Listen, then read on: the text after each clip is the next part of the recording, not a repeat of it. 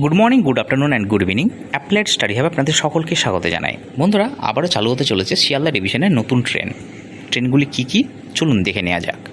প্রথম যে ট্রেন সেটা হচ্ছে শিয়ালদা ডিভিশনের লালগোলা থেকে কাশিমবাজার পর্যন্ত যে ট্রেনটি আসতো 31776, ওই ট্রেনটি এখন বহরমপুর কোর্ট স্টেশন পর্যন্ত এক্সটেন্ড করা হয়েছে এবং এক্সটেন্ড করার ডেট হচ্ছে আগামী 20 জুন 2026। এই ডেটে শুরু হবে এই ট্রেনের যাত্রা। কাশিমবাজার পর্যন্ত যে ট্রেন আসতো সেটা যাবে বহরমপুর কোর্ট স্টেশন পর্যন্ত।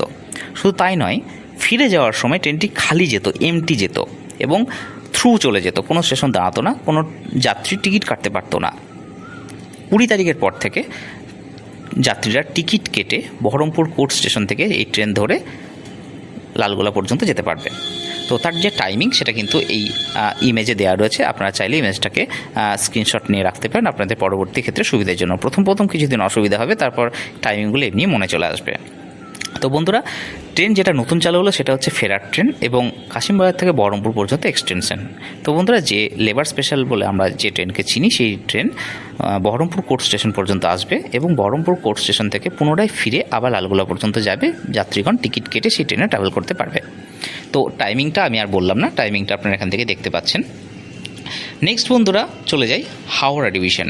আজিমগঞ্জ জাংশন থেকে আমাদের শিয়ালদা ডিভিশনে আসার যে ট্রেন, নসিপুর ব্রিজ হয়ে যে ট্রেন। বন্ধুরা, যে ট্রেনগুলো আজিমগঞ্জ জাংশন থেকে কাশিমবাজার স্টেশন পর্যন্ত এসে সমাপ্ত হয়ে যেত এবং সেখান থেকে আবার পুনরায় ফিরে যেত, সেই ট্রেনগুলো এখন কাশিমবাজার পর্যন্ত নয়, সেটাও এক্সটেন্ড করে বহরমপুর কোর্ট পর্যন্ত করা হলো। বন্ধুরা, বহরমপুর কোর্ট পর্যন্ত করাতে টাইমিংয়ের সামান্য পরিবর্তন হয়েছে।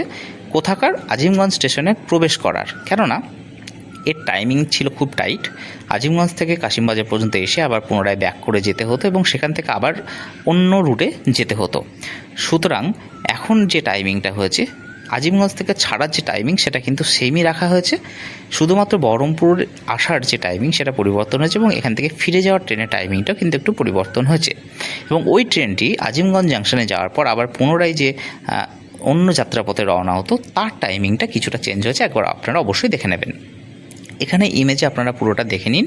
আমি আর টাইমিংগুলো সম্পর্কে কিছু বললাম না, শুধু এইটুকুই ইনফরমেশন দেওয়ার জন্য আপনাদেরকে এই ভিডিওটা আমি বানালাম।